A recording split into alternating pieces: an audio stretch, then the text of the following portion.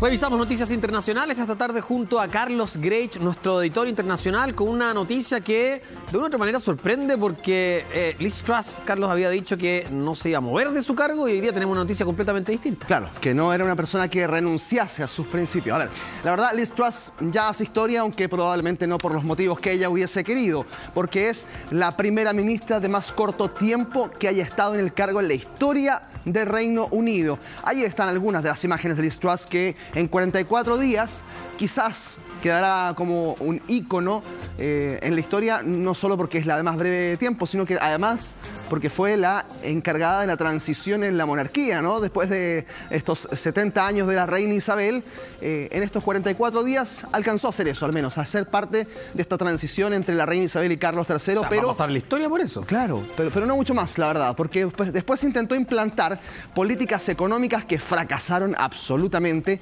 entre ellas una política de rebajar impuestos de manera masiva que generó una gran controversia porque ahuyentaba la inversión, habían dicho especialmente sus detractores. Carlos, perdón, estas políticas económicas no es que a ella sola se le hayan ocurrido, ella me imagino que está avalada por su partido, entonces como que le dieron la espalda, ¿no? Lo que pasa es que estaba avalada, pero no por todo el Partido Conservador. Son cerca de 375 parlamentarios y de ellos había un grupo importante que no estaba de acuerdo con todas estas prerrogativas y también que de una u otra forma habían apoyado a Boris Johnson hasta antes de que él saliera. Entonces se genera al interior del Partido Conservador también una división muy importante. Grande, claro.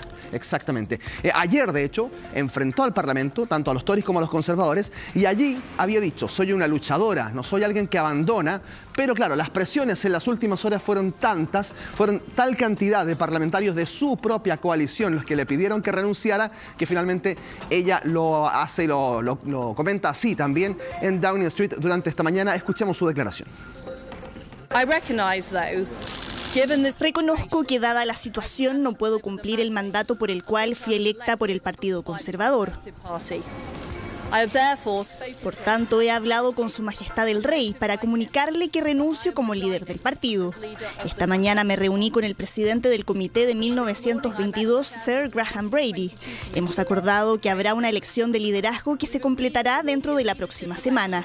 Esto asegurará que nos mantendremos en el camino para cumplir con nuestros planes fiscales y mantener la estabilidad económica y la seguridad nacional de nuestro país.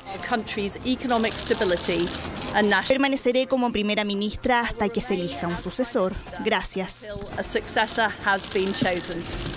Claro, lo que ella dice es: bajo estas condiciones no me es posible gobernar, y tiene que ver con todo el fuego interno que había al interior del Partido Conservador y que claramente iba a ser muy difícil su camino si es que ella continuaba en el cargo. Bueno, es impresionante igual, es potente el GC. Es la primera ministra más breve de la historia. Sí. Porque además lo habíamos hablado, hemos seguido su camino cuando revisábamos los debates en que se había mostrado muy segura, muy potente. Exacto. Bueno, no le duró nada. No, claramente. De hecho, estábamos buscando hoy día en la mañana cuáles eran los antecedentes de primeros ministros de corto plazo. ¿Ya? Y había que irse a 1827 para encontrar el antecedente más próximo a Liz Truss. Se llama George Canning, el antecedente. Es un primer ministro que había estado desde el 10 de abril de 1827 hasta agosto de ese año, cerca de 180 días. Murió, de hecho, de neumonía y por eso es que dejó el cargo. Claro, pero no por esto. No, claro. Ahora, lo conversamos con Patti también antes de la pausa, Carlos, y tiene que ver con que Boris Johnson vuelve a sonar, que es lo más impresionante de todo, vuelve a sonar como nombre posible para primer ministro. Y eso es lo más... Siendo que se fue en no muy buenos términos. Sí, es parte de lo más insólito que uno ve desde fuera, pero lo cierto es que todavía a Boris Johnson le quedaba un ala del conservadurismo muy duro y muy fiel a la figura de Boris Johnson. Bueno, habló el jefe de la oposición británica, el laborista Keir Starmer, que pidió la celebración inmediata de elecciones. Claro, porque ahora no estamos obligados a ver elecciones en Reino Unido necesariamente. Tienen que los 357 parlamentarios conservadores ponerse de acuerdo en una figura y si así lo hacen, eventualmente desde el laborismo podrían pedir elecciones anticipadas, algo que no es el escenario más lógico de acuerdo a lo que hemos visto en los últimos meses. Vamos a revisar las declaraciones del líder de la oposición y también del presidente de Francia, Emmanuel Macron. Pues qué problema. Y esto no es solo una teleserie en lo más alto del partido Tory. Está causando un gran daño a nuestra economía y a la reputación de nuestro país. Y el público está pagando con precios más altos, con hipotecas más altas. Así es que no podemos tener una puerta giratoria de caos. Sí. Quiero decir que Francia, como amiga del pueblo británico, quiere la estabilidad ante todo y en el contexto actual, un contexto de guerra, de tensiones de la energía y la crisis más amplia, es importante que Gran Bretaña recupere la estabilidad política. Claro, como potencia europea que sea estable, porque además sabemos que hay otros países importantes de la región, como Italia, que tienen una inestabilidad política que ya es comparable incluso con aquello que pasa en Reino Unido de una u otra forma. Y ahí está. ¿Qué le dijeron a Boris Johnson? Sí, se puso el traje rápidamente. Claro, se apuró. De hecho, él no está en Reino Unido y ya avisó que va a volar de regreso este fin de semana mismo. Así es que probablemente se esté preparando para lo que pueda ser un regreso en gloria y majestad, algo que hace un mes y medio ni nos imaginábamos que podía ser. Ojalá el regreso no sea como esa imagen. No, claro. Que veíamos antes.